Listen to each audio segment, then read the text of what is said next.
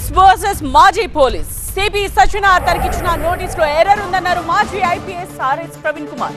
తాను సిపి సజ్జనార్ వ్యక్తిత్వ హననానికి పాల్పడలేదన్నారు. చట్టాన్ని గౌరవించే వ్యక్తిగా సిపి నోటీసులకు సమాధానమిస్తానన్నారు.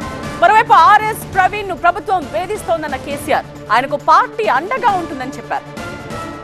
సజ్జనార్ గారికి ఈ సిట్ను లీడ్ చేసి ఈ ట్యాపింగ్ వ్యవహారాన్ని విచారించే నైతిక అర్హత ఆయనకు లేదు. ఆయన ఎలిజిబుల్ కాదు. ఈ సజ్జనార్ గారి మీద ఇంకా మిగతా ఇంటెలిజెన్స్ ఆఫీసర్ల మీద Bhavanipuram police station, Guntur police station, Kurnool police station, Alipiri police station, అదేవిధంగా Visakhapatnam police station, Payakarao police స్టేషన్లో ఇన్ని పోలీస్ స్టేషన్లలో వీళ్ళు మా ఫోన్కు ట్యాప్ చేసిండ్రని చెప్పి ఆనాడు ఇంటెలిజెన్స్లో ఉన్న అధికారుల మీద పోలీస్ కేసులు అయినాయి.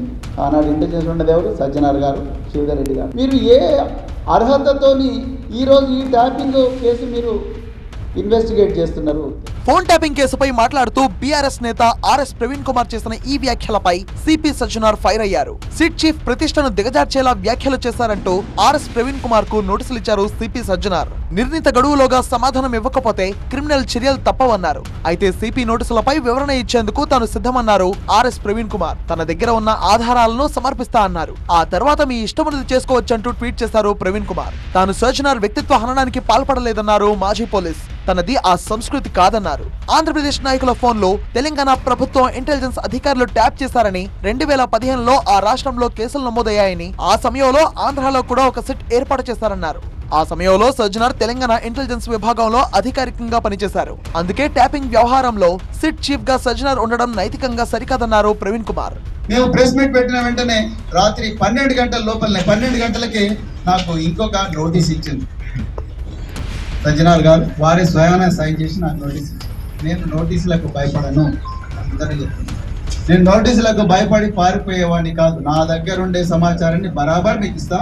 నా దగ్గర ఉండే సమాచారాన్ని, నేను సేకరించిన సమాచారాన్ని ప్రజల ముందర పెట్టే హక్కు నాకు భారత రాజ్యాంగం ఇచ్చింది. ఈ రాజ్యాంగ హక్కును ప్రస్తుతం రేవంత్ రెడ్డి ప్రభుత్వం చేస్తున్న ఫోన్ ట్యాపింగ్ పై తాను పోలీసులకు ఫిర్యాదు చేశానన్నారు బీఆర్ఎస్ నేత ప్రవీణ్ కుమార్. తన ఫిర్యాదుపై ఇంతవరకు పురోగతి లేదన్నారు. మీరు ఎన్నిసార్లు నోటీసులు ఇచ్చి భయపెట్టిస్తారు? ఎంతమంది భయపెట్టిస్తారు? మీ దగ్గర సమాచారం ఉంటే చెప్పండి. ఇది డెమోక్రసీ, ప్రజాస్వామ్యం. మాకు హక్కు ఉంది. ప్రతిపక్షంగా మా దగ్గర ఉండే సమాచారాన్ని ప్రజల ముందర పెట్టడం మా హక్కు. అది మీరు కరెక్ట్ కాదనుకుంటే మీరు కూడా హోంమంత్రి, ముఖ్యమంత్రి రేవంత్ రెడ్డి గారే కదా. ఆయన ఎక్కడున్నాడు? అసలు దావోస్లో కూర్చున్నాడు. దావోస్లో కూర్చొని ఎంజాయ్ చేస్తున్నాడు. ఆయన రావాలి కదా, వచ్చి చెప్పాలి కదా ఏం జరుగుతున్నదని. ఆయన డైరెక్షన్ ఇస్తున్నాడు. ఇక్కడ పోలీస్ అధికారులు పావులుగా మారి చేస్తా ఉన్నారు. దాన్ని మేము పూర్తిగా ఖండిస్తున్నాం. మాకు నోటీసులు ఇవ్వడానికి కూడా మేము ఖండిస్తున్నాం. మరోవైపు సిపి సజ్జనార్ ఆర్ఎస్ ప్రవీణ్ కుమార్ కు ఇచ్చిన గడువు మరికొన్ని గంటల్లో ముగియనుంది. ఈ నోటీసులపై ఆర్ఎస్ ప్రవీణ్ కుమార్ ఏం చెబుతారో, ఆయన ఇచ్చిన వివరణకు సజ్జనార్ సంతృప్తి చెందుతారా, లేక నోటీసుల్లో పేర్కొన్నట్టు ఆర్ఎస్ ప్రవీణ్ కుమార్ పై క్రిమినల్ చర్యలు తీసుకుంటారా అన్నది ఉత్కంఠగా మారింది.